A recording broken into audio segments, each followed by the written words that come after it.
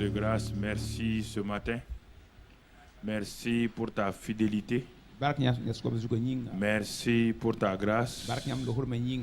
Merci pour ta présence. Merci pour ton grand amour manifesté en Jésus-Christ. Nous sommes reconnaissants pour ce dernier dimanche du mois d'octobre. Te rendons grâce de ce que tu nous as conduits pas à pas. Te bénissons pour ta fidélité. Et encore, nous attendons à ce que tu nous parles, tu nous enseignes ce matin. Et nous sommes là pour te donner toute la gloire. Sois béni et sois loué, Père, au nom de Jésus. Amen. Amen. Donc, ce matin, nous bénissons le Seigneur. Nous rendons grâce à Dieu notre Père pour ces mois que nous avons depuis le séminaire de Pentecôte et avec les différents sous-thèmes que nous avons eu à développer et les mois où nous avons eu à prendre chaque thème du mois pour que nous puissions rester dans la constance et progresser. Et je crois que mais chaque fois, on doit s'arrêter pour faire une évaluation, pour voir si ce qui est enseigné, ce que nous avons reçu a apporté un plus dans notre vie. Et dans toute évaluation, nous voyons des cas positifs et des cas négatifs. Dans toute évaluation, nous voyons des succès et des échecs. Et nous devons nous arrêter pour voir, pour essayer de comprendre pourquoi certains échouent, certains n'arrivent pas à suivre.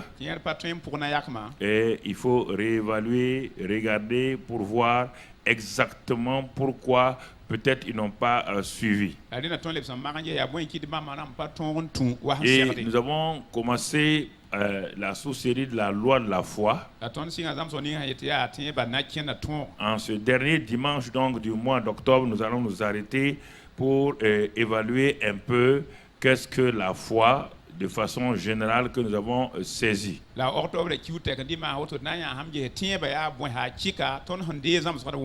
Parce que parfois nous croyons avoir saisi la foi et dans les situations on voit que ça ne marche pas. Parce qu'au fur et à mesure que nous avançons dans un sous-thème, où nous sommes emballés nous-mêmes rapidement croyant que nous avons compris,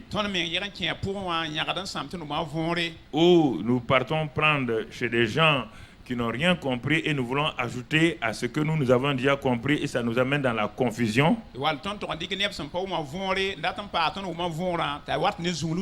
bien nous ne savons pas comment appliquer donc le principe qui nous a été donné. Et nous allons revenir encore sur la foi. Mais de façon générale pour comprendre qu'est-ce que la foi. Parce que tant que cela n'est pas saisi, compris, il est difficile d'opérer avec succès sur la terre. Alors, ce matin, nous allons voir simplement notre Seigneur vient au secours de mon incrédulité. Pourquoi ce cri a été lancé par cet homme? Il est important que tu ouvres bien tes oreilles et que tu ouvres ton cœur pour demander au Saint-Esprit de t'aider ce matin à saisir qu'est-ce que la foi. Et tous les enseignements que nous avons donnés alors te seront vraiment utiles. Si tu n'as pas compris l'élément de base, tu ne peux pas fonctionner même dans les leçons les plus excellentes que tu as reçues après cela. Pour permettre aux uns et aux autres de croire, de voir ce qu'est la foi, que parfois nous confondons avec la croyance simple. Nous disons que nous croyons, mais nous croyons que Jésus est là, c'est vrai. Mais ça ne produit pas la foi. Et donc, depuis hier, je regarde, j'examine et je me pose beaucoup de questions. Est-ce que les gens comprennent exactement ce que le Seigneur nous enseigne? Ils croient comprendre. Ils prennent la lettre de ce qui a été enseigné et ils veulent opérer avec cela et ça ne marche pas. Et la Bible nous dit clairement, là où il y a la foi en tout cas, si c'est la foi, elle marche toujours. Rien ne lui est impossible. Alors, c'est pourquoi nous devons revenir régulièrement pour réviser, pour regarder ce qu'est la foi biblique. Nous avons parlé, le juste vivra par la foi. Tous ces éléments nous avons donnés. Mais malgré cela, plusieurs n'arrivent pas à fonctionner dans ça. Ils sont dans une joie extérieure, croyant avoir compris ce qui a été dit. Mais dans les situations quotidiennes, ça ne marche pas. Je t'amène dans le naturel pour que tu commences et tu vas comprendre plus tard quand on va entrer dans les choses spirituelles. Voici deux enfants qui sont devant un magasin de jouets, donc dans la période des fêtes. Ces deux enfants-là sont donc devant ce magasin de jouets. Il est écrit que le vendeur a écrit: tous ces jouets vous appartiennent, petits enfants, tous ces jouets vous appartiennent. Et les deux enfants sont devant les vitrines là. Ils regardent toutes sortes de jouets dans ce magasin. Il est écrit que ces jouets-là, c'est pour tous les enfants. Ça excite le cœur des enfants. Ils sont même dans la joie quand derrière la vitrine là, ils regardent les jouets, ils sont contents, ils parlent. Moi, j'aimerais avoir ça, j'aimerais avoir ça. Mais on leur a dit que ça leur appartient. Mais maintenant, il y a une chose que nous allons découvrir.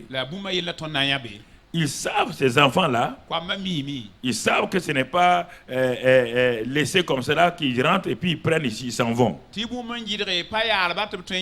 y a un des enfants, après avoir vu le jouet qu'il veut là, s'avance vers la porte du magasin. Il avance avec certitude, avec assurance. Il ouvre la porte du magasin. Et il s'en va dans le rayon du jouet qu'il a vu. Il s'empare du jouet. Et il va à la caisse.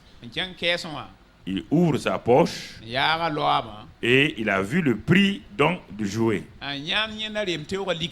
Il paye au caissier et il s'en va donc à la maison avec ce jouet.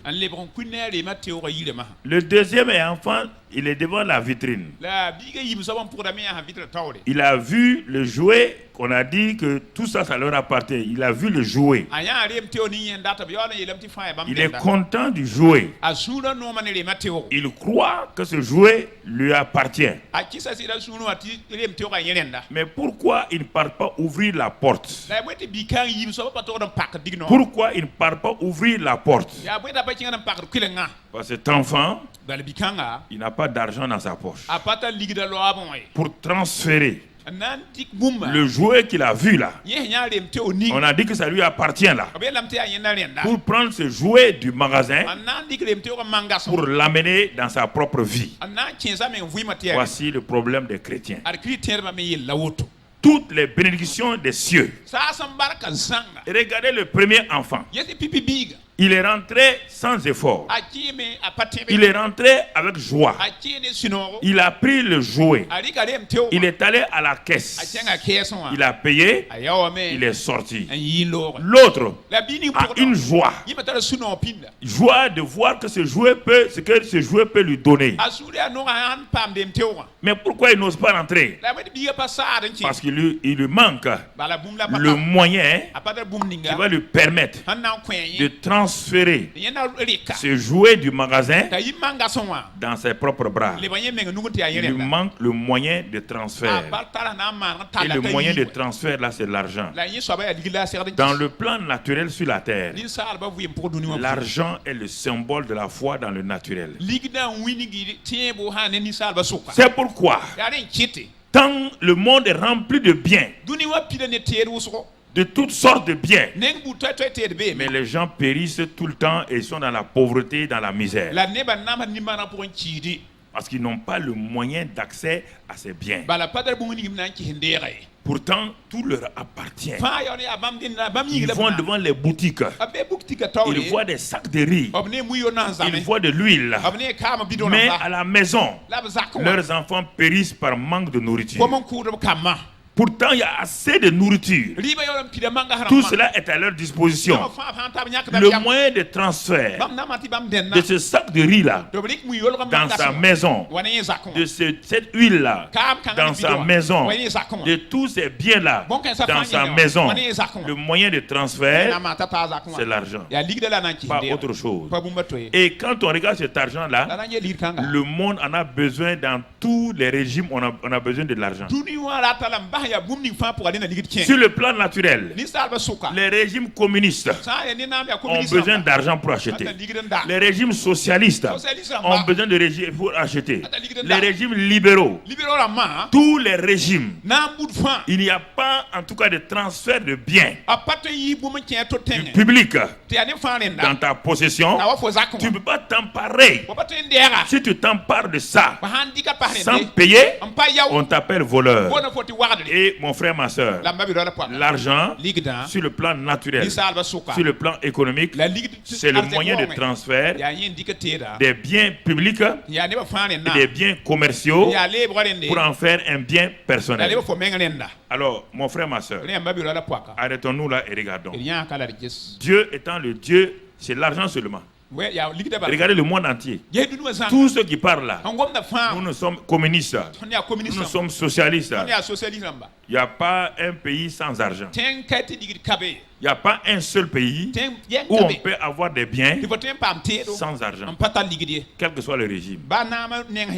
Donc, dans le royaume des cieux, je te dis maintenant, dans le royaume des cieux, le seul moyen, ce que Dieu a dit dans Éphésiens 1, verset 3. Regarde ça très bien. Il dit, béni soit Dieu, le Père, notre Seigneur Jésus-Christ, qui nous a bénis de toutes sortes de bénédictions spirituelles dans les lieux célestes en Christ. Écoutez ce qu'il dit. Il n'a pas dit qu'il nous bénira. Il dit, il nous a bénis de toutes sortes de bénédictions spirituelles dans les lieux célestes Donc en Christ. Le monde est béni matériellement, mais il y a des multitudes de pauvres. Parce qu'ils n'ont pas l'argent, le moyen qui leur permet de transférer ces bénédictions matérielles-là, ces voitures-là, ces biens-là dans leur maison. Le royaume des cieux, pareillement, Dieu a donné toutes les bénédictions dans les lieux célestes en Christ. Et nous sommes en ce Christ-là. Nous appartenons à ce royaume-là. Et tous les biens spirituels, les bénédictions spirituelles, à tout ce que tu peux penser, les bénédictions spirituelles sont pour toi. Mais nous l'avons dit depuis 2 mois, ta foi, la foi doit s'emparer de ces bénédictions spirituelles dans le royaume des cieux pour le manifester dans ta vie, dans ta famille et dans tout. La guérison est dans le royaume des cieux. C'est une bénédiction spirituelle. La bénédiction est là-bas. Mais comme les chrétiens peuvent s'emparer de la guérison pour en faire leur guérison. Il y a tout au niveau donc des lieux céleste. Et nous sommes assis avec Christ dans les lieux célestes. Ce n'est pas le paradis, hein? C'est la position spirituelle donc du fait que nous sommes enfants de Dieu. Ressuscité avec lui, assis avec lui dans les lieux célestes, au-dessus. Et c'est dans ces mêmes lieux célestes-là que nous sommes bénis. Mais maintenant, pour transférer de cette position spirituelle dans le naturel de ta vie, Dieu te dit, le moyen dans le royaume des cieux s'appelle la foi. Le moyen dans le monde naturel s'appelle l'argent. Donc les deux éléments dans le monde naturel, il faut l'argent. Dans le monde spirituel, il faut la foi. Alors mon frère, ma soeur, pose la question. Je te pose la question. L'homme qui est naturellement, il sait qu'il y a des sacs de riz partout. Dans la rue, il voit des sacs de riz. Ce n'est pas en jeûnant, en priant qu'il va transférer les sacs de riz. Non. Ce n'est pas en chantant qu'il va transférer les sacs de riz. Il faut de l'argent. N'avons pas compris le christianisme. Dieu dit que sans la foi, il est impossible de lui être agréable. Sans la foi, nous ne pouvons pas transporter nos montagnes. Sans la foi, nous ne pouvons pas avoir accès aux choses de Dieu. Mais est-ce que Dieu est si méchant? Non. Donc c'est pourquoi je reviens au dernier dimanche de ce mois d'octobre-là pour en parler. Pour voir. Si nous lisons dans Hébreux 11, verset 3. Hébreux 11, verset 3. Regardons ce que la parole de Dieu nous dit.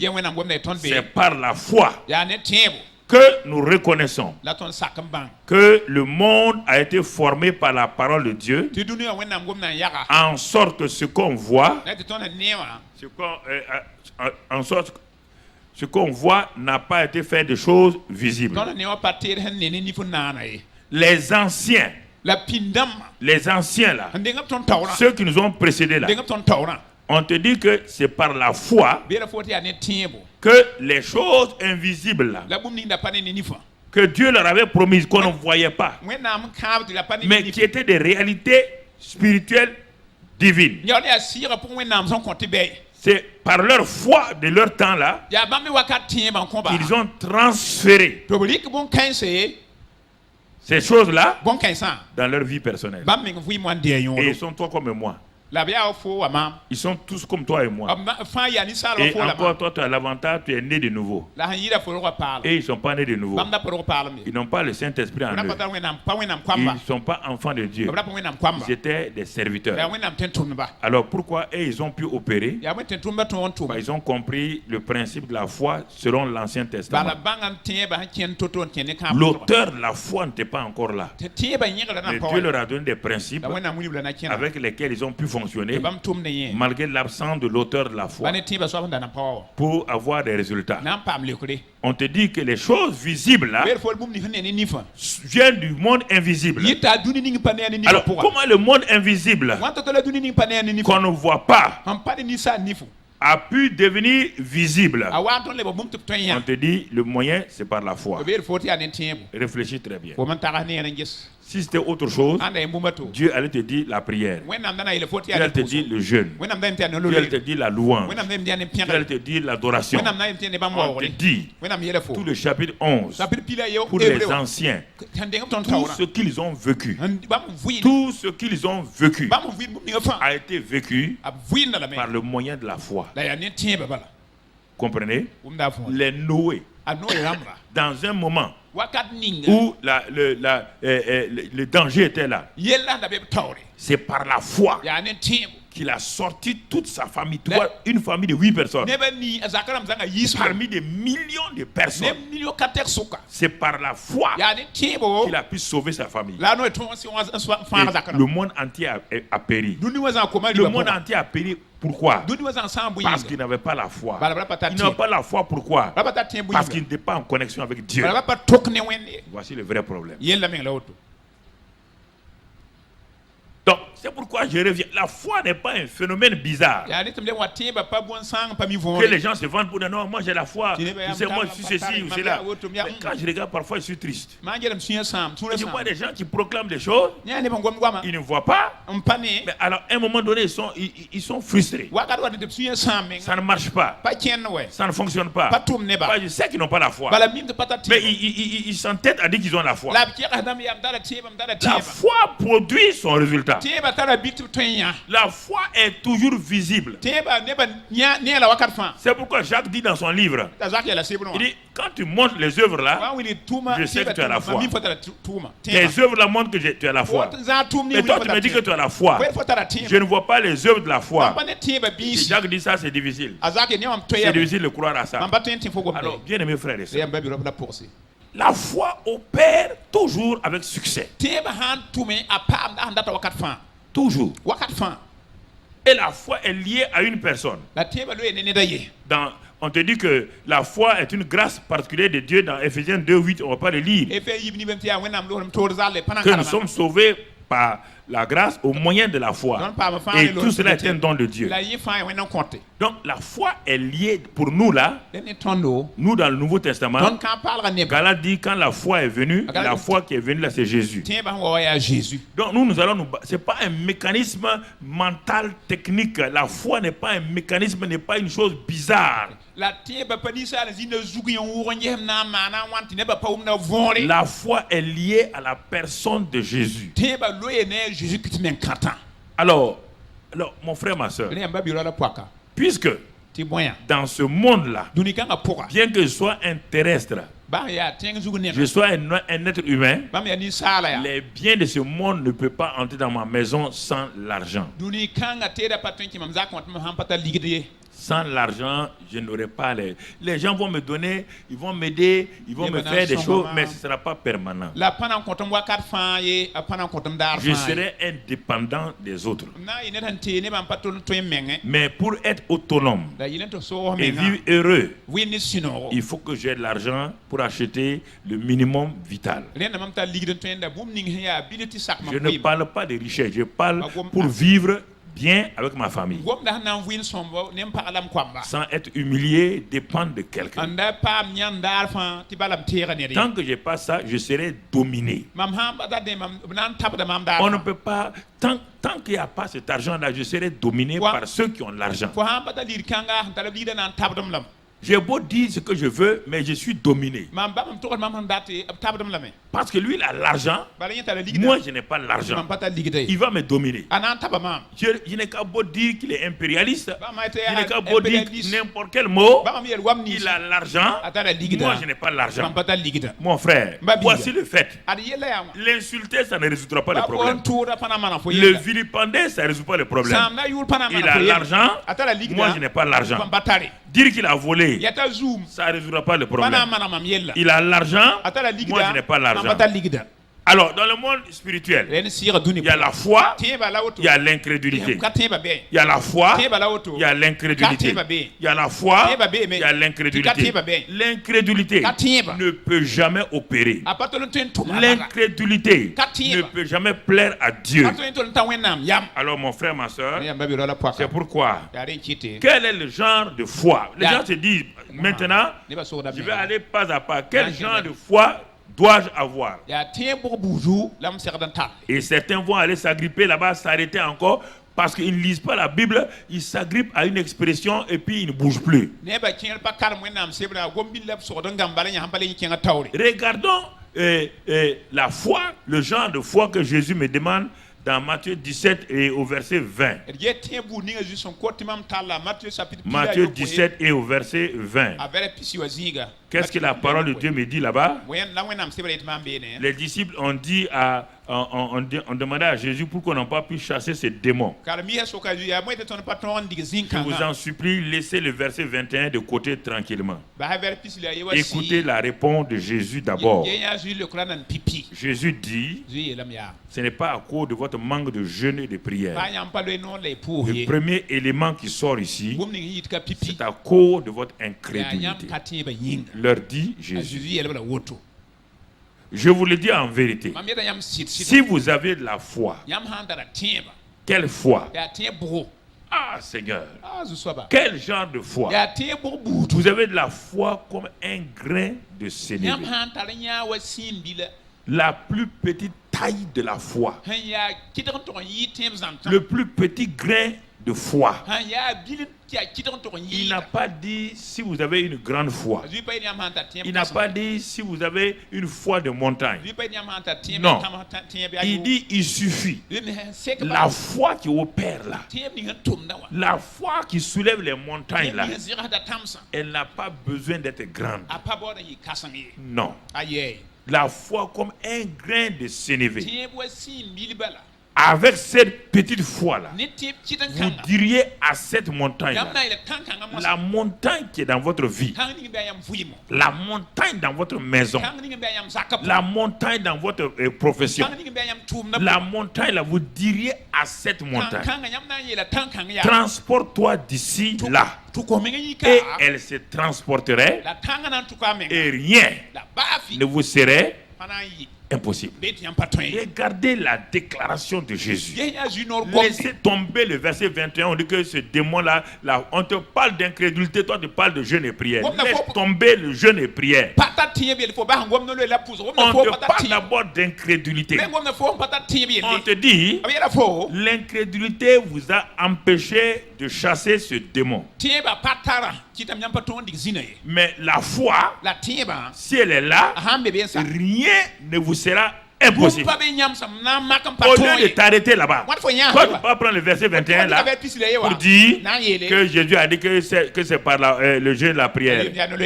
Donc on va jeûner et prier. Toutes les religions jeûnent et prient.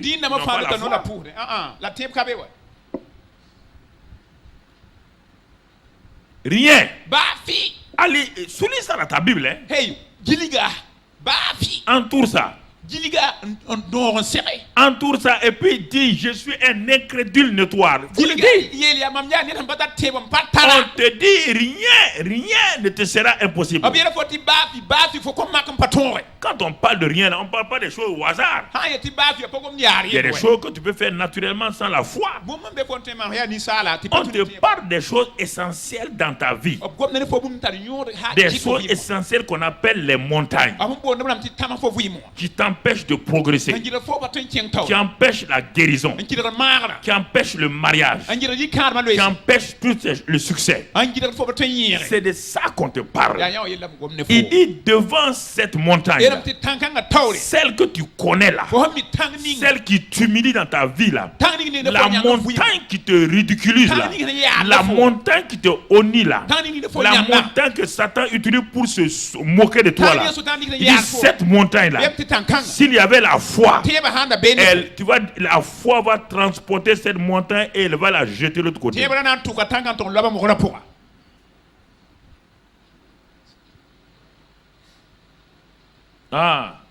Mais j'ai la foi. Non, tu n'as pas la foi. Ta montagne est là. Toi, la croyance. Tu n'as pas la foi. Là, tout commence par la croyance. Croire. Croire est un verbe. Foi est un nom. C'est une personne.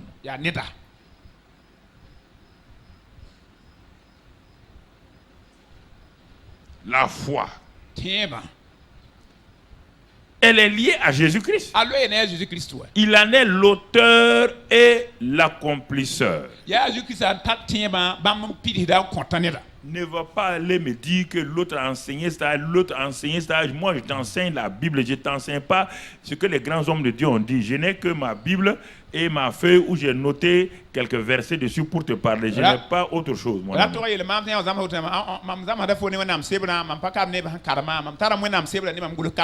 Mon Seigneur me dit, c'est frustrant de voir ça. De lire ce que je viens de lire là.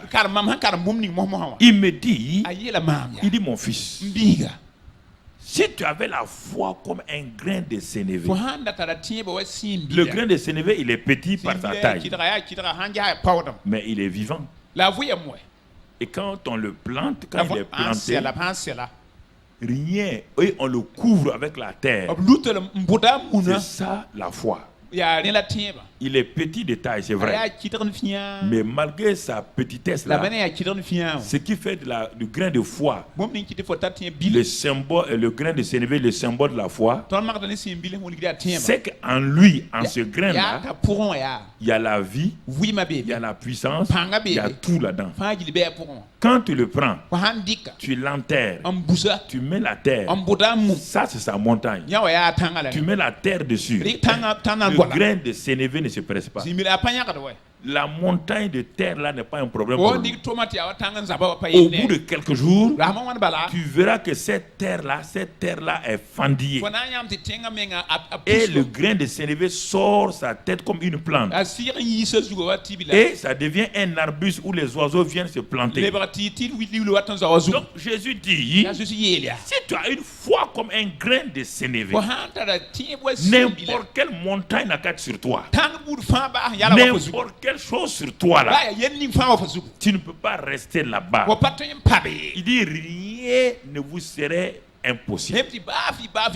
Va t'asseoir et regarde quel genre de foi as-tu, quel genre de foi dans laquelle tu opères. Regarde, rien ne vous serait impossible. Et actuellement, 99% des choses que tu as besoin te sont impossibles. Regarde. Il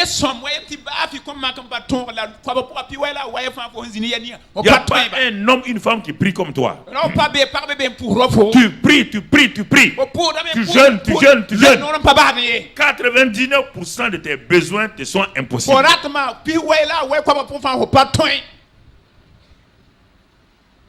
Impossible. Alors, où est la foi? On te dit que si c'est la foi, pas la croyance, pas l'adhésion mentale, si c'est la foi, tu peux avoir quelque chose qui ressemble au grain de sénévé. Qui ressemble au grain de sénévé. Mais plante-le. Tu sauras si c'est un grain de sénévé ou pas. Plante-le. Quand tu le plantes, même dans 100 ans, ça n'a pas bougé.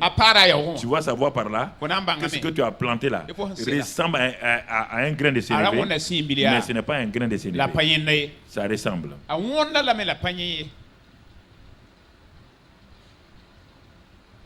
Je me suis assis, j'ai dit, mais pourquoi il y a tant de cris dans la vallée, tant de cris dans la vallée des êtres humains, tant de cris parmi les chrétiens, tant de cris de désespoir? Mais Dieu dit, c'est pas ma faute.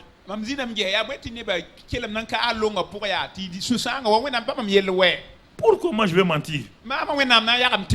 Pourquoi je vais mentir? Il a dit que si à la foi, rien ne vous serait impossible. Mais sans la foi aussi, il vous est impossible de plaire à mon Père. Mais la foi est liée à qui? C'est lié à moi. Je ne vous ai pas d'aller chercher la foi au ciel. C'est pourquoi je suis venu vivre en vous. L'auteur de la foi vit en toi par le Saint-Esprit. Mais tu le négliges. Tu mets l'accent sur ce que tu dois faire. On va aller ici. On va prier. Il dit bon, allez-y prier. Sans moi, allez-y. Allez-y. On t'a jamais dit la prière, on dit la prière de la foi. On n'a jamais dit la prière. On dit la prière de la foi. Sauvera le malade. Guérira le malade. On dit la prière de la foi. C'est cette prière de la foi que Élie a faite. Et il a eu des résultats. Donc, quand on te dit qu'on n'a pas de la prière, on n'a pas dit la gesticulation de la prière.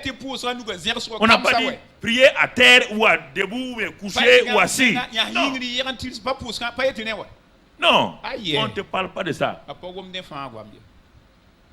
Retournons où nous avons tiré notre titre dans Marc 9 et au verset 24. Marc 9, verset 24. Regardons la déclaration de cet homme-là.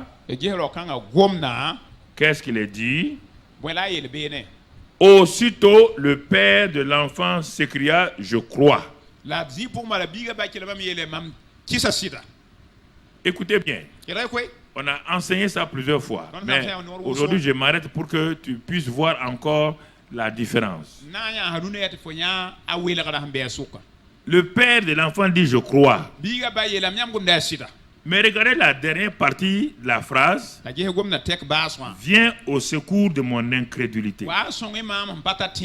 Alors arrêtons-nous là et voyons ces deux choses-là qui semblent se contredire alors que ça ne se contredit pas.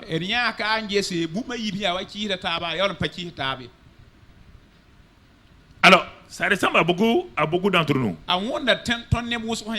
Pasteur, je crois. Oui. Jésus n'a pas dit que l'homme là ne croit pas.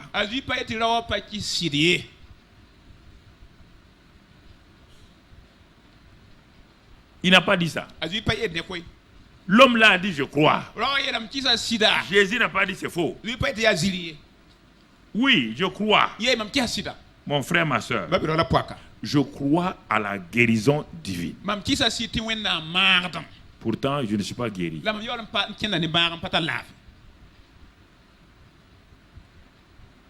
Je crois à la prospérité.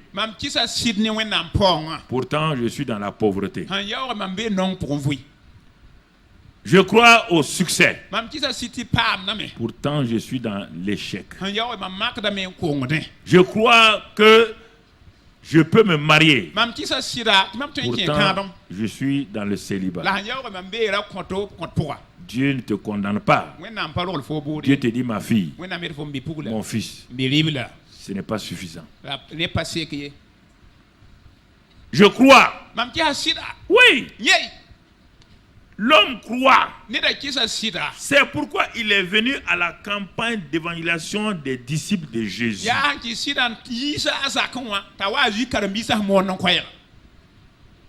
Il est venu là-bas dans la vallée. Il est venu dans la vallée là à la campagne d'évangélisation organisée par les disciples de Jésus.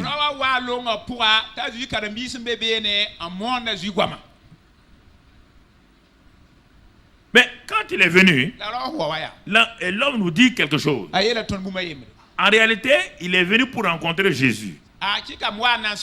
C'était ça quand il venait. Il a trouvé que Jésus n'était pas là.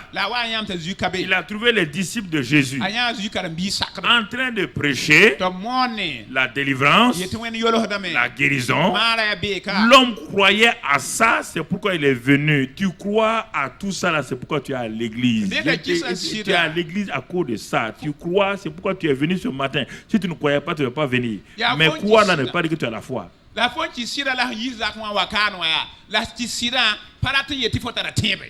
Non. Il croyait que Jésus guérit. C'est pourquoi il est venu. Oui, pasteur, je crois. Je n'ai pas dit non. Je crois. Frères et sœurs, Mais ça ne marche pas. Les disciples aussi croyaient qu'ils pouvaient chasser les démons. Ils croient. Donc les deux groupes la croient. Le père croit, c'est pour qu'il a amené son enfant. Les disciples ont chassé les démons parce qu'ils croyaient qu'ils peuvent chasser les démons. Les deux groupes se sont assis. Ils ont réalisé que rien ne marchait, rien ne fonctionnait. Premier groupe, c'est le père. Ensuite, on voit le deuxième groupe. Ils ont les mêmes problèmes. Le père qui a amené son enfant a le même problème que les disciples de Jésus. Tous les deux sont des croyants. Les disciples de Jésus sont des croyants. L'homme là est un croyant. Mais ces croyants rassemblés, échec. Échec. Deux croyants se réunissent pour prier. Ils ont prié, échec.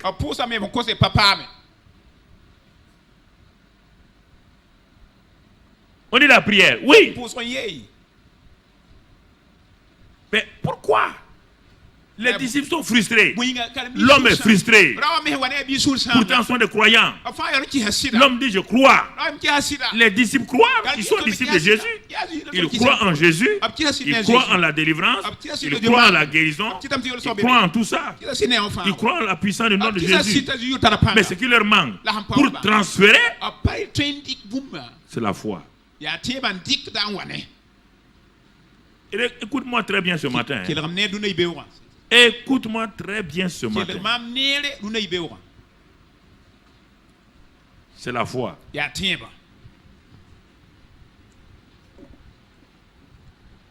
C'est pas un message, c'est un message d'éclaircissement au lieu de. Faut pas croire que tu es condamné. C'est un message d'éclaircissement que Dieu est en train de te donner. Comme l'homme a vu que le simple fait de croire n'est pas suffisant. Quand il a dit je crois là, et il savait que les disciples aussi croyaient, et que malgré leur croyance là, ils n'ont pas vu de résultat, l'homme va aller à un niveau supérieur. Et c'est ça que je veux t'amener ce matin, que tu comprennes. Quand tu crois que tu es un croyant et que tu pries en tant que croyant, il n'y a pas de résultat, arrête-toi. Maintenant, il va faire une autre dimension de prière, mais cette prière-là ne s'adresse pas aux disciples. Et si tu ne crois pas, on va lire au verset 18, la dernière partie du verset 18. Il dit, j'ai prié tes disciples de chasser l'esprit et ils n'ont pas pu. Première prière du croyant. Il prie le pasteur. Ah, pasteur, il faut m'aider. Attends. Mais il ne voit que l'homme. Il ne voit pas Jésus. Et les pasteurs, malheureusement, font croire qu'ils ont quelque chose de spécial. Non. Voici un cas d'échec patent. J'ai prié tes disciples. Ils n'ont pas pu. Pourquoi? Jésus n'était pas là. Quand Jésus est absent de votre temps de prière, on est parti, on a prié 3 heures.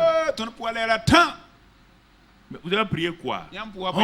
On a proclamé, on a parlé. Jésus, vous avez parlé à Jésus.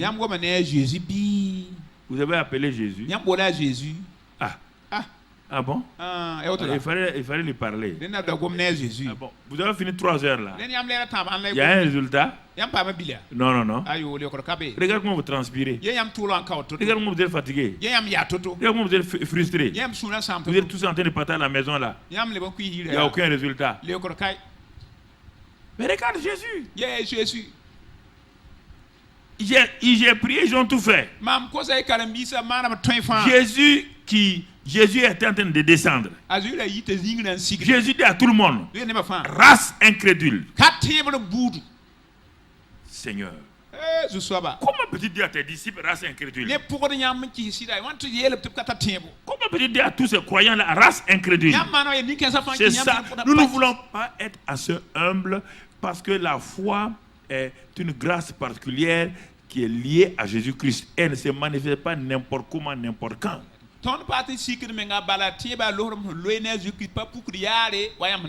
Devant chaque circonstance, Jésus doit être mis au milieu. C'est Jésus, tout dépend de lui, l'auteur et le consommateur de la foi. Maintenant, l'homme, écoutez-moi, sinon ça ne sert à rien d'être chrétien. Vous serez frustré en permanence. Ce que je vous dis là, vous devez ce matin-là vous remettre en cause. Vous devez dire, là où vous êtes assis, vous devez dire, Seigneur, je suis incrédule. Viens au secours de mon incrédulité.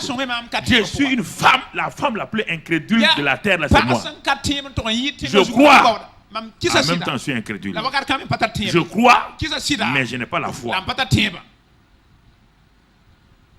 Vous vexez. Vous asseoir me regarder comme si vous êtes vexé. Je suis en train de vous remettre de l'ordre dans votre vie. Ça ne fonctionne pas. Regarde les mensonges, regarde les escroqueries, regarde les vols, regarde toutes ces choses-là. Si les gens avaient la foi, ils ne vont pas s'amuser à beaucoup de choses qu'ils font. Mais il ne veut pas aller vers Jésus aussi.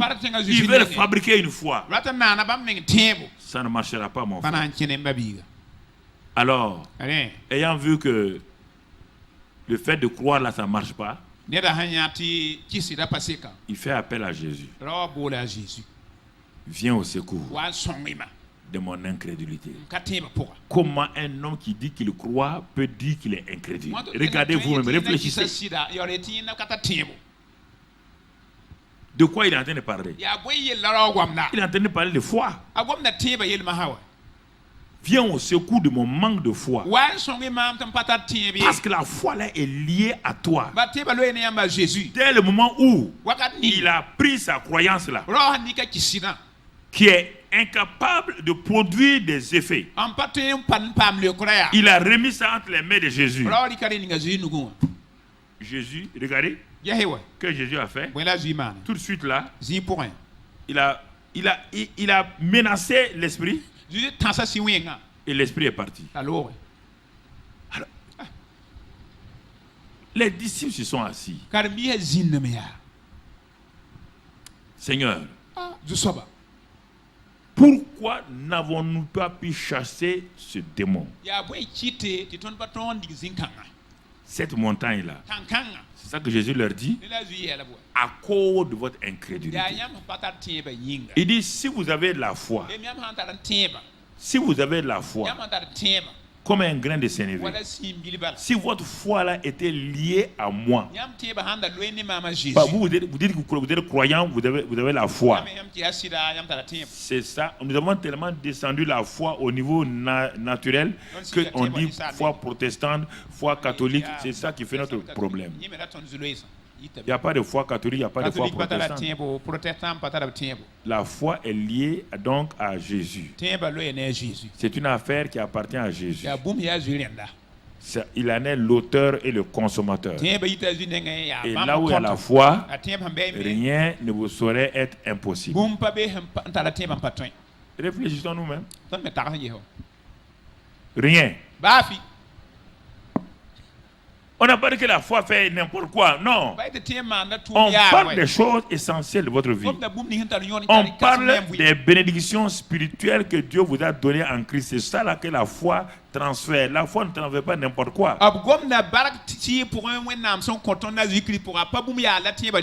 Les choses essentielles de votre vie, qu'on appelle les bénédictions spirituelles en Christ, qui sont dans les lieux célestes, qui vous appartiennent et qu'il faut transférer dans votre vie. On dit c'est par le moyen de la foi. Alors mon frère, ma soeur, donc quand tu regardes tout cela, alors tu vas te poser la question.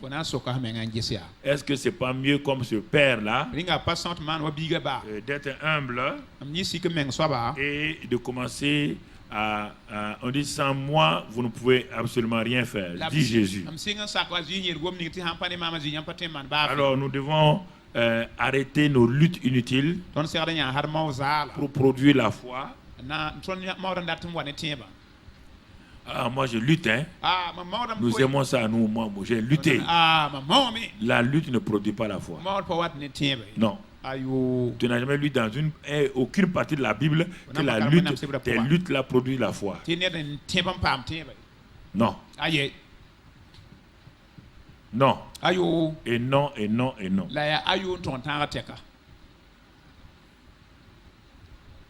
Mon frère, sur la route de Jéricho, un homme était assis, il s'appelle Bartimée.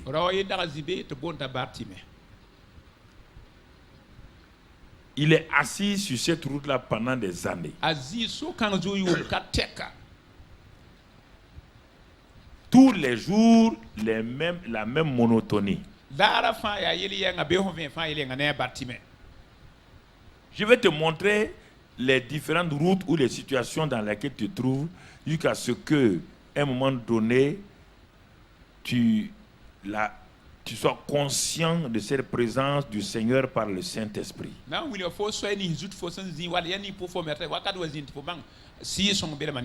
Il est assis sur la route de Jéricho, au bord du chemin à Jéricho. Il y avait sûrement en lui de l'espérance. Il avait l'espérance, sachant qu'un jour, ses yeux vont s'ouvrir. Formidable. Mais ce n'était pas suffisant. Chaque jour, il priait sûrement le bon Dieu. Quel jour mes yeux vont s'ouvrir? Merci. Mais chaque jour, la journée se terminait toujours avec cette frustration. C'était un croyant.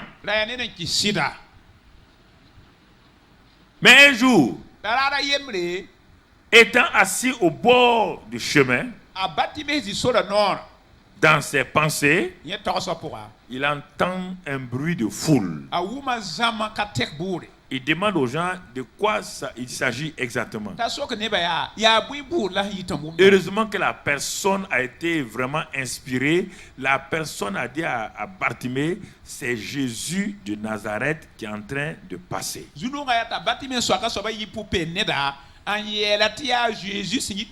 Écoutez très bien. Une autre personne aurait pu dire c'est une procession religieuse. Ou bien ce sont des gens qui sont en train de crier, en train de passer. Bartimée aurait pu tendre seulement son bol pour dire bon, si ce sont des gens qui passent, ils n'ont qu'à mettre quelque chose dans mon bol. Mais qu'est-ce qui va déclencher, qu'est-ce qui va changer Bartimée? Écoutez-moi. C'est le fait qu'on ait dit c'est Jésus de Nazareth qui est en train de passer. Jésus de Nazareth. Ah non. Il dit ah bon? Tu es sûr que c'est Jésus de Nazareth? On le dit, nous le voyons, non? Mais ceux qui le suivaient là, c'était une foule de croyants qui suivaient Jésus. Mais rien ne se passe. Ce sont des croyants.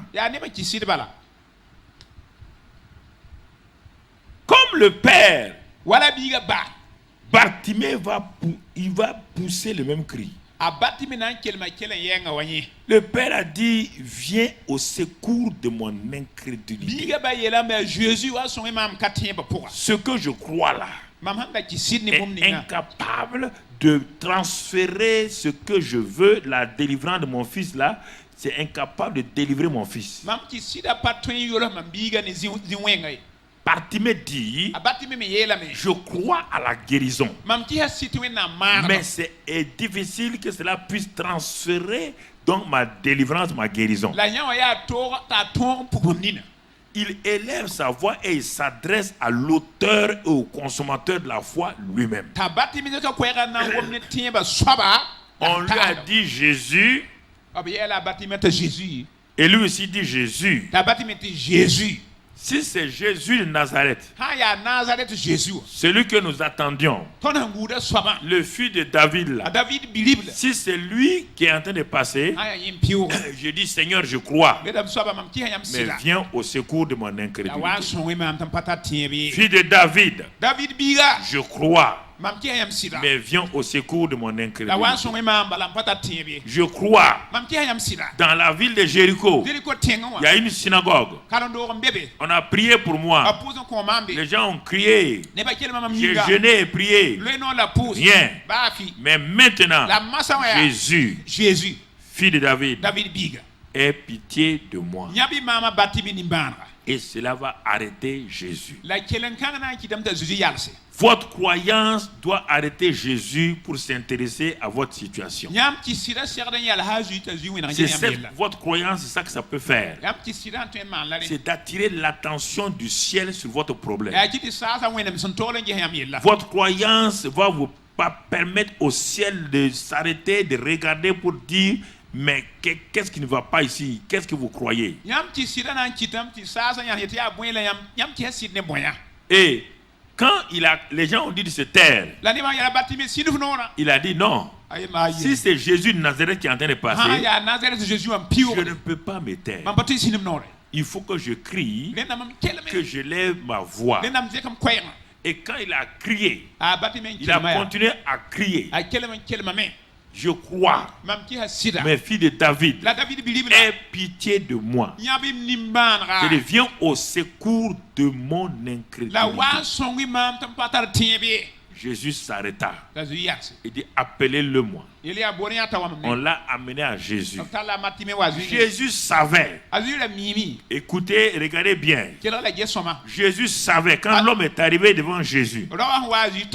Il est devant Jésus maintenant. Donc donne-moi ce passage là mon frère. Il est devant Jésus. Donc Jésus s'arrêta. Et il est devant Jésus. Et non mon ami, tu as sauté et il a parti. Donc Jésus va parler à Bartimée. Comme il a parlé au père là. Comme il a parlé au père. Il dit ceci.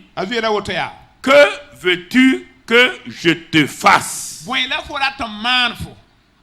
Nous disons que nous voulons faire. Jésus dit, si tu es croyant et que tu as vu que ta croyance ne peut rien faire, et tu as crié à moi, maintenant ce que je te demande simplement, que veux-tu que moi je te fasse?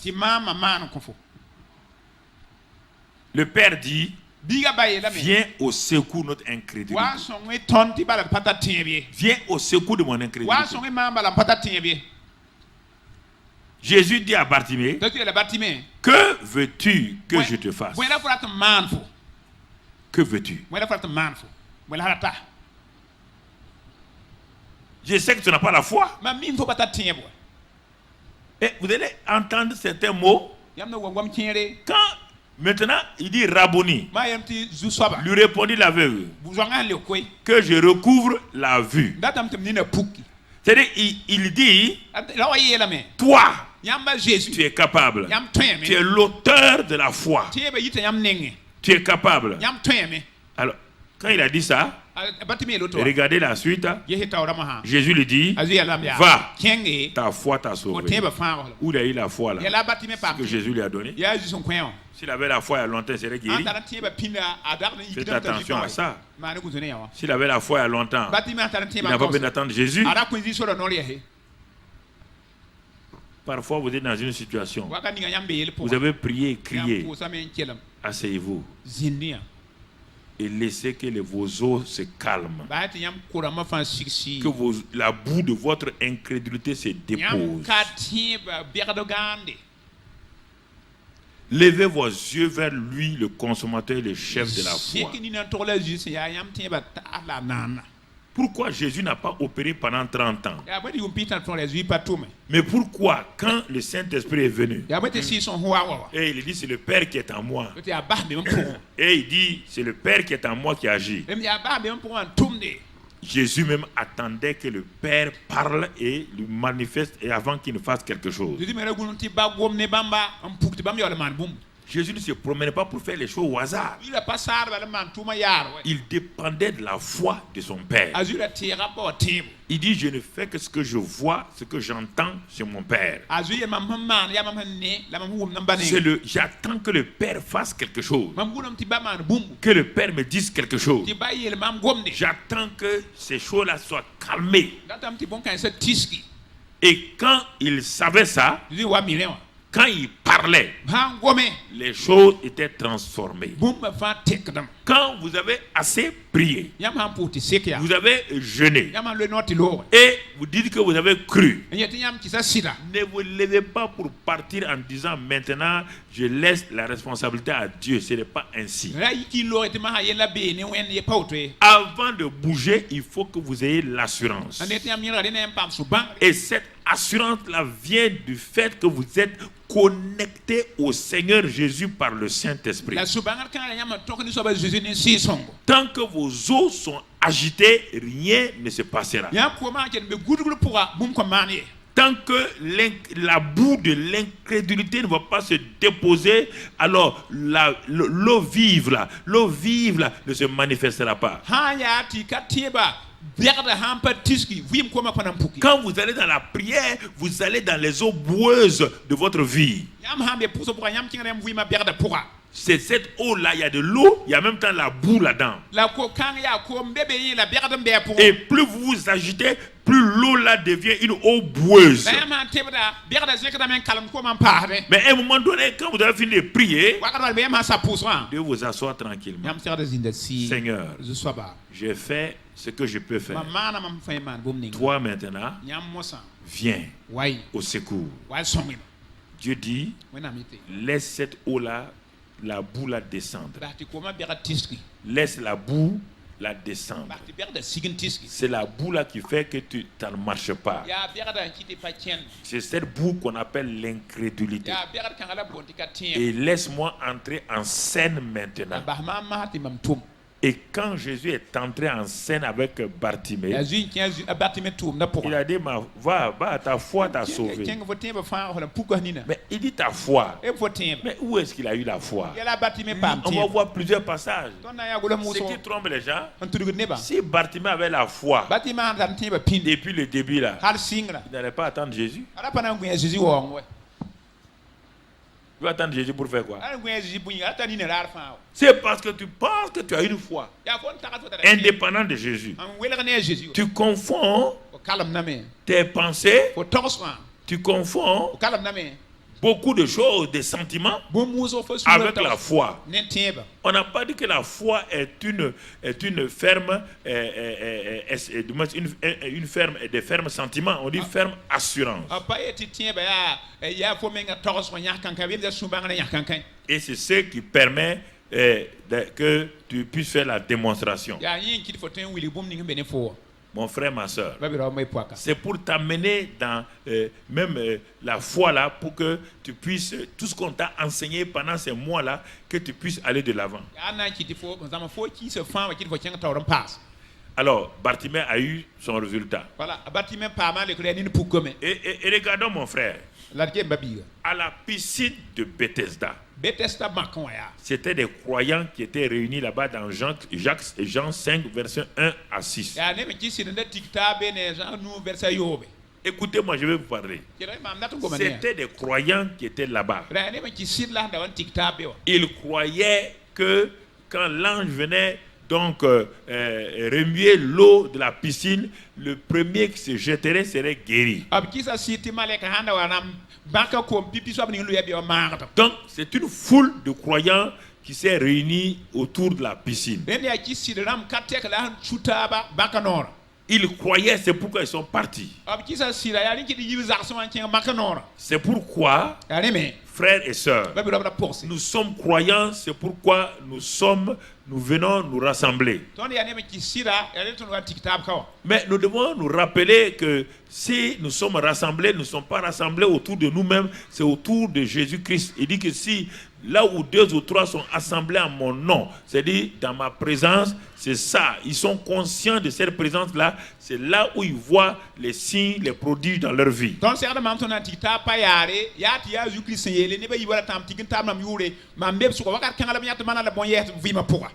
Alors, dans cette piscine de Bethesda, c'était devenu une piscine, les croyants c'était devenu une piscine de frustration pour les croyants.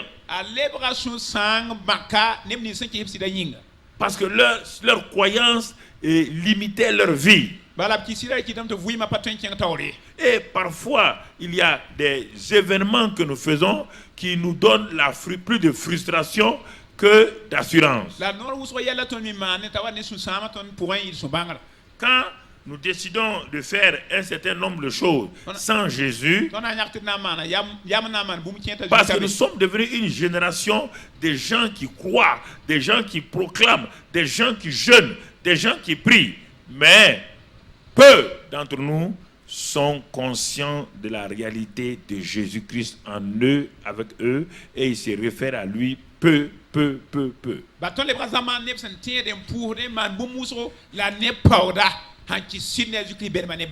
Nous avons rassemblé des principes, des techniques et des clés en dehors de la personne de Jésus. La clé pour faire ça, les principes pour réussir ici. Voici les étapes du succès. Et nous avons brodé un ensemble de doctrines autour de nos principes, de nos lois, de nos clés. Et Jésus n'est pas là.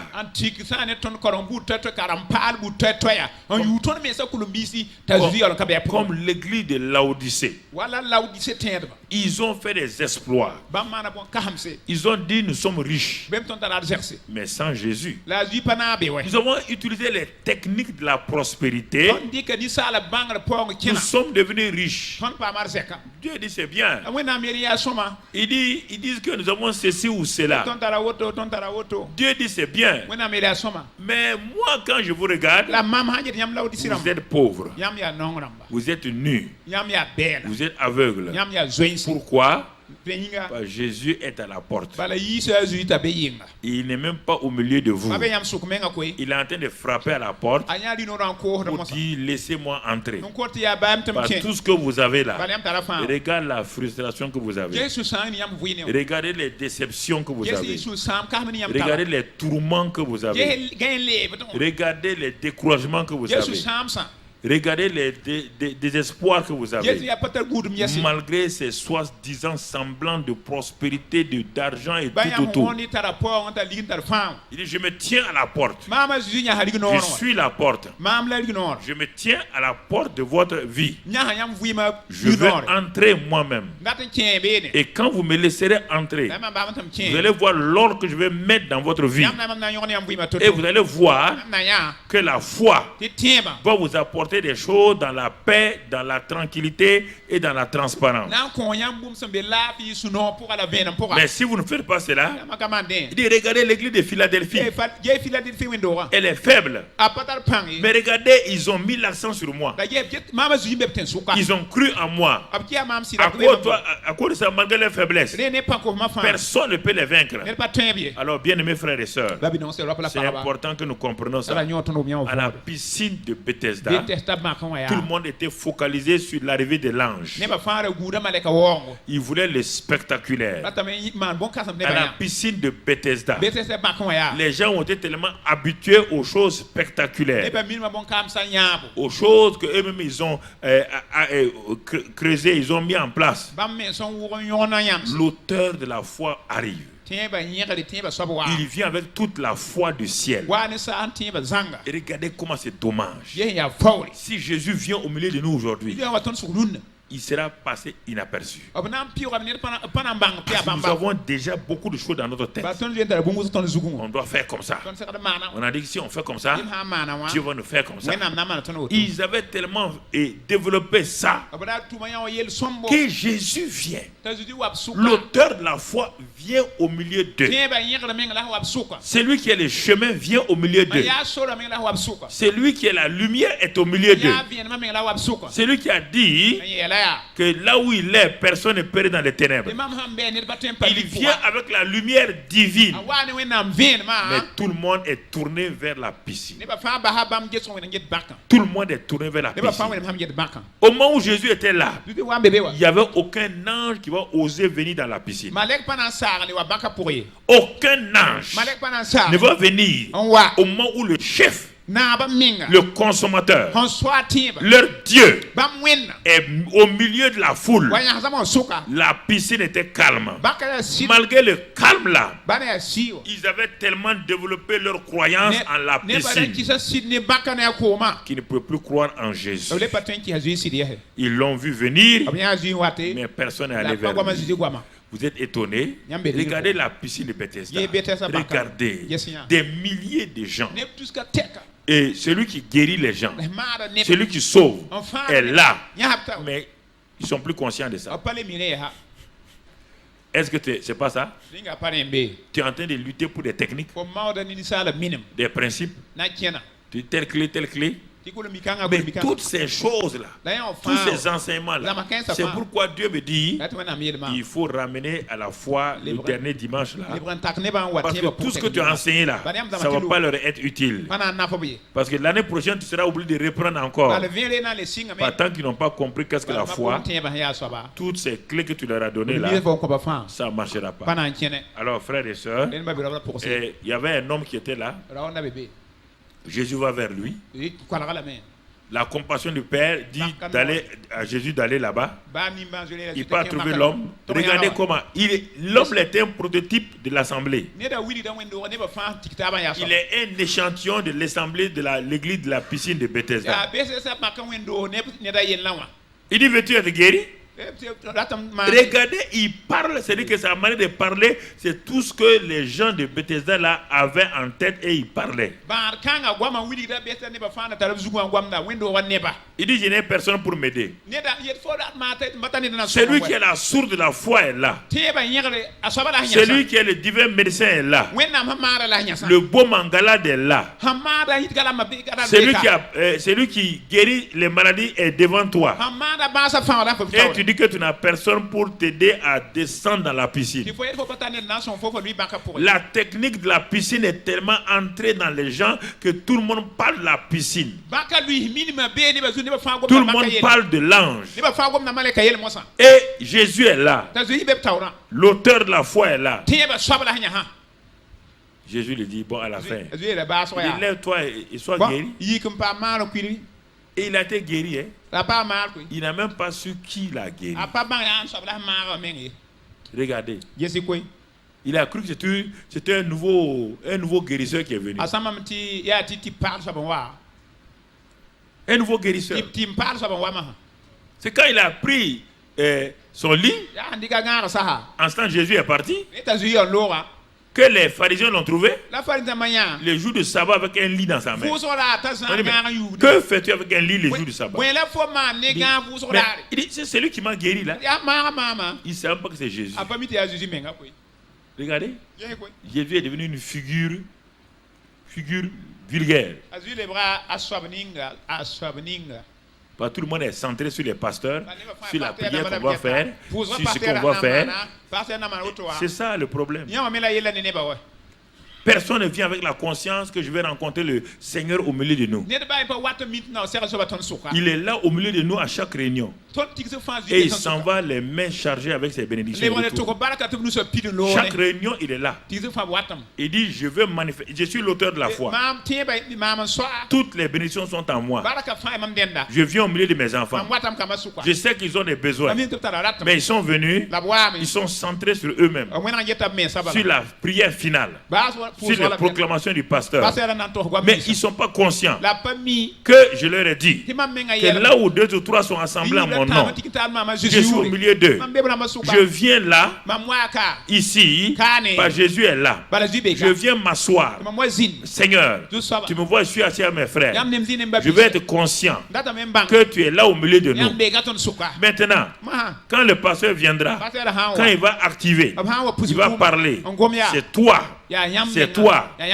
C'est toi. Je crois que tu es là. Je m'attends à toi en ce moment-là.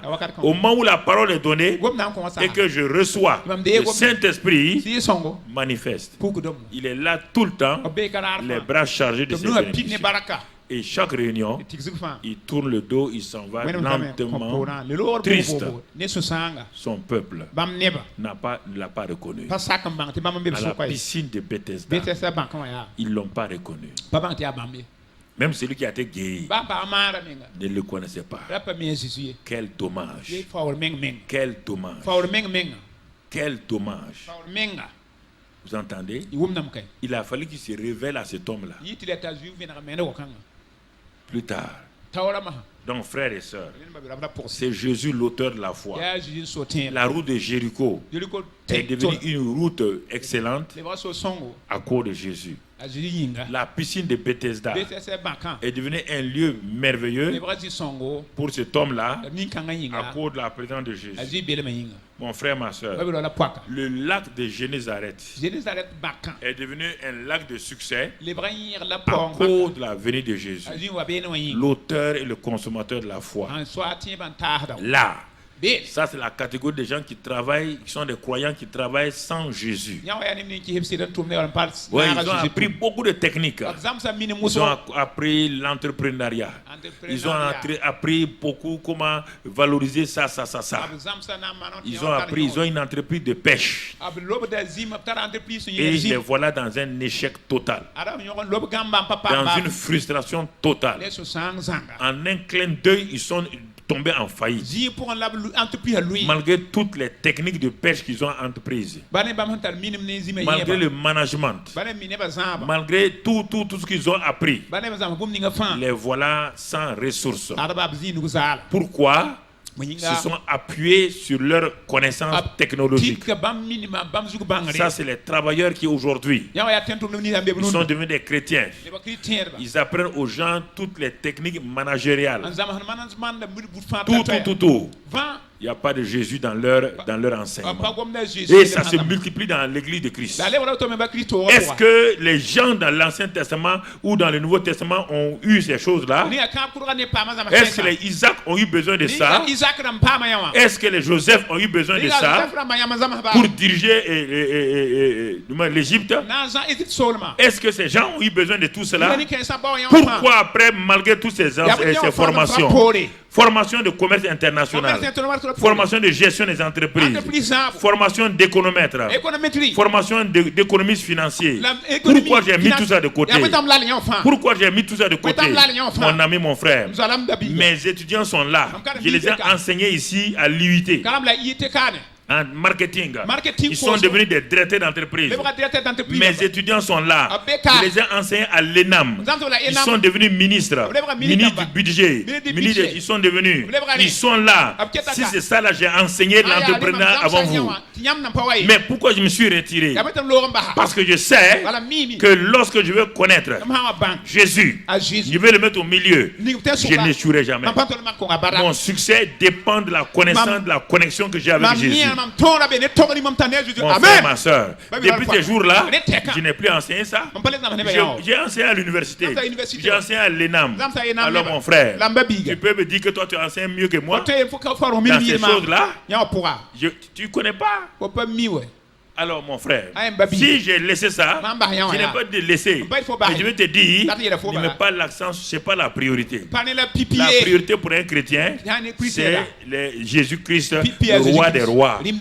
C'est lui d'abord. Connecte-toi à lui.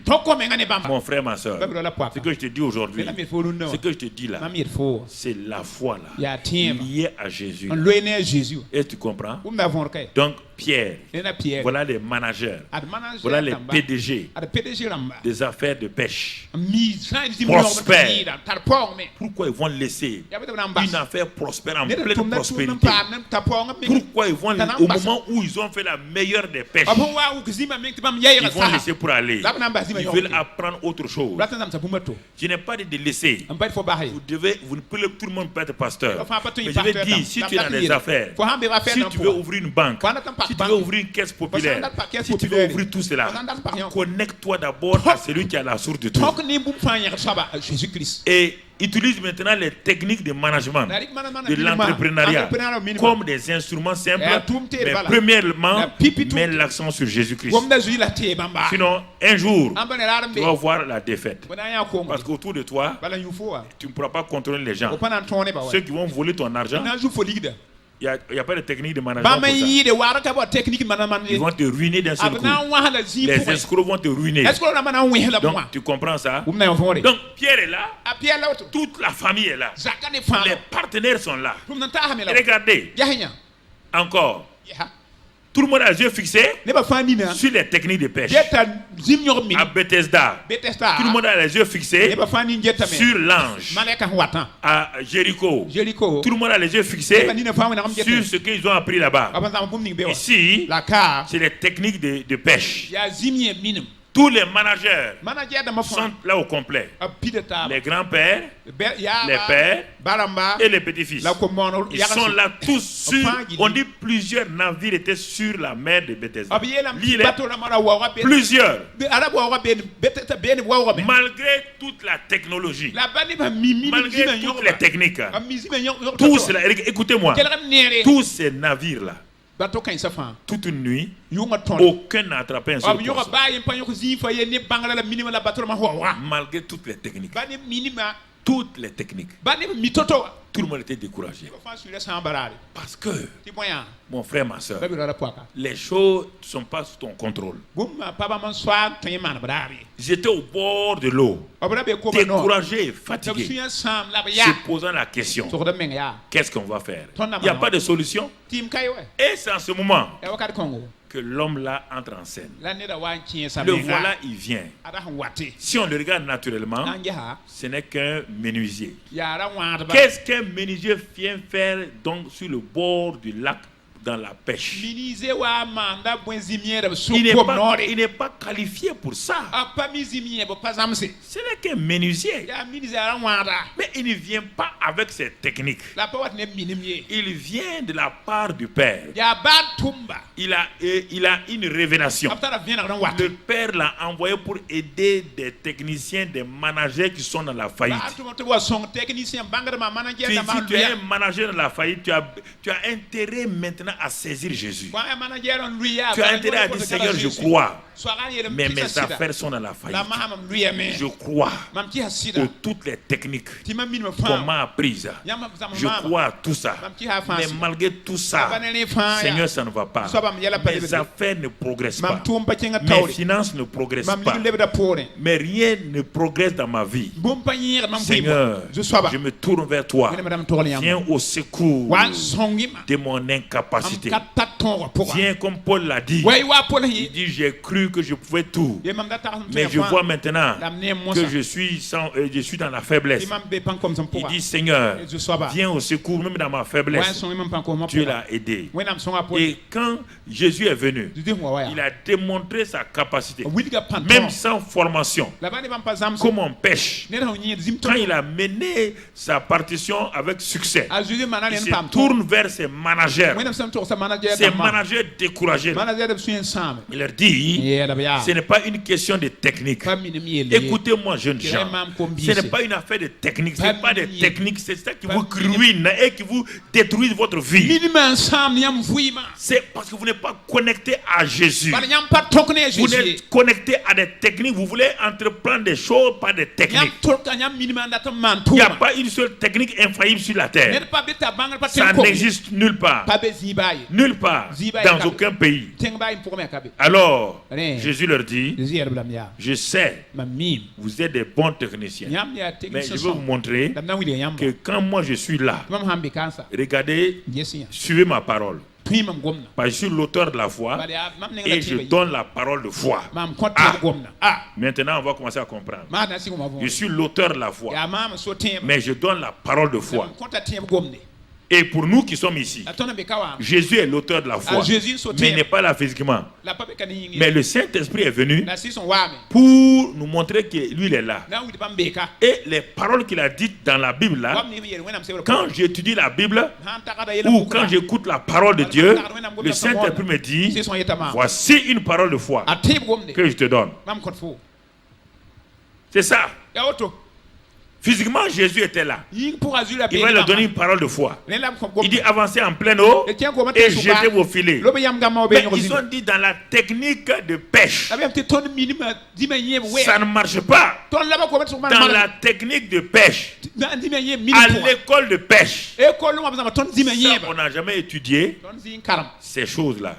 Voici le problème. C'est pourquoi les entreprises sont dans la faillite. C'est pourquoi les chrétiens entreprennent des choses. Tu es à ta 5e affaire. Ça ne marche pas. Ça va être 3e affaire que tu as en prise, ça ne marche pas. Parce que écoute les gens, il y a un marché là-bas. Il y a des affaires à faire là-bas. Toi, tu es en train de courir. Qu'est-ce que Jésus a dit? Qu'est-ce que Jésus t'a dit? Qu'est-ce que Jésus t'a dit? Ah, Jésus s'occupe de ça. Mais oui, il s'occupe de ça. Il s'occupe de ça. Mon frère, ma soeur, il s'occupe. Il a dit à l'âge de 12 ans, je suis un homme d'affaires. Il faut que je m'occupe des affaires de mon père. Il a dit ça à l'âge de 12 ans. À Joseph et à Marie. Je suis venu sur la terre pour les affaires de mon père. Je suis un manager des affaires de mon père qui sont dans le royaume des cieux. Je suis venu pour manager ça. Pour vous apprendre comment on fait. Il dit jetez. Allez en pleine eau. C'est la parole de foi. Il dit à l'homme à la piscine de Bethesda. Ce n'est pas la piscine qui guérit. Ce n'est pas l'ange. C'est moi qui guéris. Parole de foi. Lève-toi et marche. Il s'est levé, il a marché. Il dit à Bartimée, qu'est-ce que tu veux que je te fasse? Que je recouvre la foi. Va, ta foi t'a sauvé. La parole de foi est sortie. Ici, il dit, allez en pleine eau, jetez vos filets pour pêcher. Est-ce que quand il a parlé, tu as vu quelqu'un échouer? On va voir ceux qui ont échoué. On va arriver à ça tout à l'heure. Ceux qui ont échoué, pourquoi? Pourquoi ils ont échoué? Pourquoi ils ont refusé? Pourquoi ils n'ont pas reçu? Regardez mon frère, Pierre a dit, on n'a jamais vu ça. À l'école de la pêche, on n'a jamais entendu ça. Mais sur ta parole, moi je vais jeter le filet. Il a osé jeter. Il n'était pas seul. Lis dans Luc 5, là tu verras. Quand il a jeté, son filet était tellement rempli et que ça se déchirait. Et il a appelé les autres. Il y avait plusieurs barques. Il a appelé tout le monde. Et regardez, un seul. Supposons que chacun avait jeté. Si chacun avait jeté, il n'y aurait plus de poissons dans la mer. Vous allez tout ramasser. Il y a toujours ça. Quand Dieu veut intervenir, vous le limitez. Vous le limitez. Ma fille fait ça. Il a dit à Isaac, les affaires là, c'est pas de faire une multiplication de ça. Il dit ton affaire de fermier est en train d'échouer. La famille est là pour détruire. Le dévoreur est là pour te détruire. Il dit mais pourtant j'ai managé les affaires que mon père m'a laissées. Dieu lui dit Isaac, il ne s'agit pas ici de management. Il s'agit ici de suivre ce que le ciel te dit. Le ciel connaît le management plus que tout. Tu voyais les affaires. Pierre a réussi. Isaac aussi va réussir. Sur la base de quoi? Parce qu'il avait des idées. La ferme c'est d'avoir assez de fourrage pour ces animaux. C'est de garder les grains pour les semer au temps convenable. Mais dans la sécheresse, aucun manager on dit d'épargner. Dans les temps difficiles, dans les temps de crise, tous les banquiers disent économiser. Le système économique dit économiser. Mais en ce temps-là, le management divin dit semer. Les gens disent non, on ne peut pas semer. Le management divin dit semer. On ne peut pas semer. Dieu dit voici comment je dirige mes affaires. Je ne dirige pas mes affaires dans l'entrepreneuriat. Je dirige mes affaires par ma parole et ma foi. Est-ce que nous comprenons? Est-ce que nous comprenons? C'est comme ça que je dirige mes affaires. Il dit bon, ok. Et Isaac, tu vois, tu comprends? Même le peu que tu as là, tu vas le perdre bientôt. Sème dans la famine. Quand il a sémé dans la famine, regarde, dans cette famille-là, que l'économie de Dieu, ça qu'on appelle l'économie de Dieu. L'économie de Dieu, c'est différent de l'économie des hommes. Je vous ai enseigné ça. Le livre va sortir bientôt. Mon Dieu pourvoit à tous vos besoins. Et vous avez oublié. Vous avez oublié. Vous en tant que l'entrepreneuriat, le monde est en avance sur vous. Dans le domaine de l'entrepreneuriat, vous pouvez rattraper le monde. Les gens disent, on va agir dans les 7 fers, on va faire ceci ou cela. Le monde est en avance sur vous dans les choses de la gestion. Si vous suivez leur voie là, et ils vont vous dominer. À l'époque d'Isaac, il y avait des gens aussi, il y avait des chefs. Il y avait Abimelech. Il dirigeait tout le pays. Un grand gestionnaire. Dieu va faire sortir Isaac de la domination d'Abimelech. Par quel système? Par l'économie du royaume. En sémant. Quand Isaac a sémé, il a commencé à grandir. Quand il a continué, il a commencé à contrôler. À un moment donné, il contrôlait toute l'économie du pays. Abimelech, le roi, est venu le voir. Il dit, tu es devenu un homme dangereux. Qu'est-ce que tu fais? Il dit non, j'ai découvert la loi du royaume liée à la parole de Dieu. Liée à la parole de Dieu. Mon Dieu est venu me parler. L'auteur de la foi m'a parlé. L'auteur de ma foi dit de faire comme ça. Et j'ai fait et je vois le résultat. Et Abimelech est venu faire une alliance avec lui. Il dit, tu vas là-bas, nous on ne te touche plus. Tu es devenu plus puissant que nous. C'est ça. Vous voulez suivre les voies de ce monde-là par l'entrepreneuriat et vous voulez dominer le monde. Jamais ils sont en avance sur vous. Ils sont en avance sur vous. Vous allez le dominer comment? Lui, il est expert en entrepreneuriat. Toi, tu n'as même pas certificat d'études primaires en quoi? En gestion des choses. Tu peux le rattraper. Dieu vous donne des moyens pour dominer le monde. Vous ne voulez pas. Dans la Bible, là, les Abraham ont dominé comment? Il était l'homme le plus riche. Et tous. Par l'économie du royaume. Pas en copiant le monde. Dieu a montré ça à Salomon. Il a rendu l'argent aussi populaire et aussi vulgaire que les cailloux. Il a annulé une loi économique. La loi économique dit que pour qu'un bien soit un bien économique, il faut sa rareté. Salomon a balayé ça. L'argent est devenu partout. Et tout son royaume était un royaume de gens riches. Au temps de Salomon, bien qu'il va échouer par sa propre vie, au temps de Salomon, il n'y avait pas de pauvres. Il a appliqué les lois du royaume. Au temps de David, il a élevé tout le monde par les lois économiques du royaume. Qui? Ils ont appris quoi? Qui?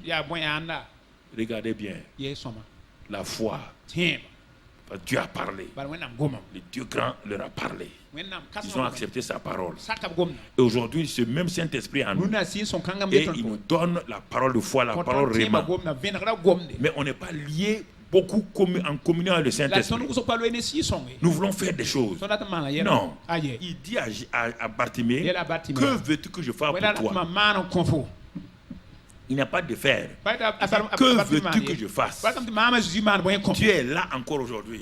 Et mon fils, que veux-tu que je fasse dans ta situation? Il n'a pas de faire. Puis tu as échoué. Puis tu ne peux pas faire. Demande à Dieu. Que veux-tu que je fasse? Quelle est la sorte d'aide que tu veux que je te donne? Quelle est la sagesse que tu veux que je te donne? C'est cela. Toi, tu veux faire des choses, tu dis à Dieu, il n'a qu'à venir valider. Dieu ne valide pas tes programmes. Dieu veille sur ça. Dieu valide quoi? Ça. Dieu ne valide pas vos problèmes, vos programmes. Dieu fait ça là, Dieu n'a qu'à faire. Dieu dit, je ne vais pas. Je ne suis pas un directeur général, hein. Je suis créateur. Si l'idée vient de Dieu, il va valider. Alors mon frère, la femme à la perte de sang, c'est la même chose. C'est Jésus qu'elle voulait. Elle a oublié tout le monde. C'est Jésus qu'elle cherchait. Et c'est Jésus qu'elle a touché. Et son sang s'est arrêté. La perte de sang est partie. Le centenaire romain, il n'est pas venu à une réunion. Il est venu pour rencontrer Jésus. Il aborda Jésus. Quand Jésus a dit j'irai, tellement je sais que toi, tu es d'accord, dis une parole. Dis une parole. Reconnaître Jésus, s'attacher à lui. Frère, vous ouvre le chemin de la victoire. La foi est liée à Jésus et à sa parole. Et c'est pourquoi Jairus, il était avec Jésus. Mais il vivait, ça c'est un autre cas. C'est ça, c'est le groupe de gens qui sont Jésus avec eux. Mais quand une mauvaise nouvelle vient, ils détachent leurs yeux de Jésus. Jésus avec lui. Ils savent que Jésus est en eux. Ils savent que le Saint-Esprit est en eux. Ils savent. Christ en nous, l'espérant de la gloire. Christ avec nous, l'espérant de la gloire. Et une mauvaise nouvelle vient. Quand la nouvelle nouvelle vient, ils laissent leurs 5 sens dominer la présence de Jésus. Oui, il roule à terre. Crie. Comme si Jésus n'existait même pas. Ah non. Femme. C'est toi qui parles de Jésus. Et ce qui t'arrive là, tu roules à terre comme ça. Et tu parles à Dieu comme si Dieu n'existait pas. Moi, je te salue plus. Hein. Ça c'est quoi? Ça c'est quoi? Même un païen ne fera pas ça. Ah, vous ne comprenez pas ma douleur. Ta douleur là c'est quoi? C'est quelle douleur? Ta douleur fait que tu oublies même que Jésus est avec toi. Quand ta douleur va finir, tu vas dire quoi à Jésus?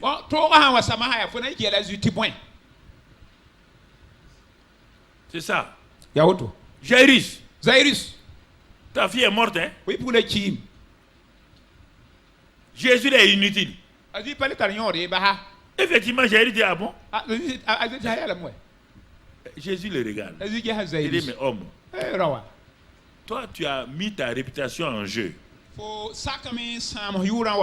Parce que les sacrificateurs ne m'ont pas reconnu. Toi, tu as osé me reconnaître.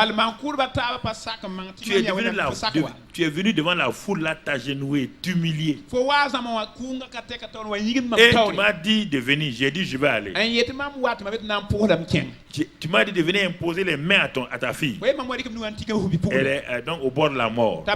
J'ai dit oui. Et maintenant, on vient te dire que la fille est morte. Alors que nous sommes sur le chemin de ta maison. Mais Jairus, il y a quoi? L'auteur de la foi est là. Tu as cru. Tu es venu. Maintenant, j'ai dit, moi, l'auteur de la foi, je t'accompagne. L'auteur de la foi est là. Oh, on vient, tu m'as vu, quand on a dit ça, tu m'as vu être troublé? Non. Mais pourquoi tu es troublé? Malgré ma présence. Pourquoi tu es troublé malgré sa présence? Pourquoi? Tes cinq sens. On a vu ça le dimanche passé. Tes pensées, tes paroles, c'est ça. Tes cinq sens te dominent. Au lieu que la parole de foi, au lieu que la parole. Il dit, mais continue de croire ce que tu croyais là. Moi la foi, je n'ai pas changé. Hein. C'est toi le croyant là qui change. Ne crains point, crois seulement. Continue de croire. Tu ne peux rien faire que de croire. Mais si tu ne crois pas maintenant, il n'y aura rien. Dans la foi, il y a la croyance. Mais la croyance n'est pas la foi. La foi est là. Dans la foi là, il y a la croyance. Si la croyance ne se lie pas à la foi de Jésus, il n'y aura rien. Continue de me regarder. Avançons. Et ils sont allés. Jésus a parlé simplement à la fille. Lève-toi. Elle s'est levée. À Nazareth. Le cas le plus grave. Jésus est venu au milieu d'eux. Il est venu. Il a parlé. Il a dit aux malades d'être guéris. Ils ont refusé. Ils ont complètement refusé. Et ils ont refusé de croire. Bon, ça c'est le cas extrême. Bon, il a dit, il n'y a pas quelques-uns qui croient un peu ici. Oh, quelques-uns ont dit, bon, nous on a des maux de tête. Là, il a imposé les mains. Et il est dans sa ville natale. Dans sa ville où il a grandi. C'est pourquoi, dans Hébreux 4, il est dit que ceux qui sont sortis de l'Égypte, ils ne sont pas rentrés en Canaan. À cause de quoi? Ils ont méprisé la présence de Dieu dans la colonne de feu et de nuée. Dieu était là. Il murmurait contre lui. Il le menaçait. Il l'accusait. Et il accusait leur pasteur Moïse. Il dit, vous voulez nous faire mourir dans le désert. Dans la présence de Dieu. Malgré le fait que Dieu a parlé. Ils n'ont pas pu, la parole de foi n'a pas créé en eux la foi. Ils ont refusé. Et à cause de ça, sur toute la génération, il y a deux seulement qui sont rentrés. Alors ce matin-là, dis au Seigneur de venir au secours de ton incrédulité. Et cette incrédulité repose sur le fait que tu ne reconnais pas que Jésus est l'auteur de la foi. Et qu'il est en toi par le Saint-Esprit. Et qu'il t'a donné la parole de foi. Et tu hésites. Et tu te places sur tes capacités. Sur tes capacités de prière. Tes capacités de jeûner. Tes capacités de faire des bonnes choses. Tu oublies que tout vient de Jésus. Tu oublies que tout vient de lui. Tu oublies qu'il est l'auteur et le consommateur. Es-tu prêt aujourd'hui pour dire au Seigneur, Seigneur, moi aussi, je crois, mais devant les circonstances, l'incrédulité est là. Seigneur, désormais, viens au secours de mon incrédulité. Devant chaque situation, je fais appel à toi. comme Bartimée. Je fais appel à toi comme la syrophénicienne. Je crois en toi comme Pierre l'a fait afin de voir la pêche miraculeuse. Seigneur, c'est toi l'auteur de ma foi. Je suis capable de croire, mais je sais que croire est insuffisant pour transporter les bénédictions spirituelles dans la réalité quotidienne.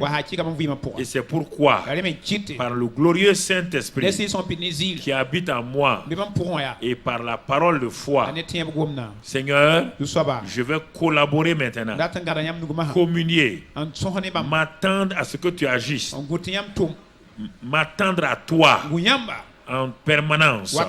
Seigneur, j'arrête d'écouter les choses du dehors, d'écouter les mensonges. Je fixe mes yeux sur toi, l'auteur de ma foi. C'est toi qui me parles. J'arrête de vivre sur la base de mes 5 sens. Seigneur, je te remercie, car je sais que ce dernier dimanche du mois d'octobre, tu m'as fait grâce. Je te remercie, je te bénis. Je sais que tout ce qui a été enseigné avec ce message aujourd'hui, je pourrais mettre ça en pratique. Et je verrai dans ma vie des grandes choses. Les grandes choses vont commencer à se réaliser. Parce que désormais, je suis lié à toi, connecté à toi. Je m'appuie sur toi, sur ta parole. Merci Père. Je sais qu'avec la foi, rien ne m'est impossible. Mes impossibilités sont finies. Je vis dans les possibilités divines et je vois les grandes choses se réaliser une à une. Merci Père, au nom de Jésus. Amen. Amen. Amen. Voilà.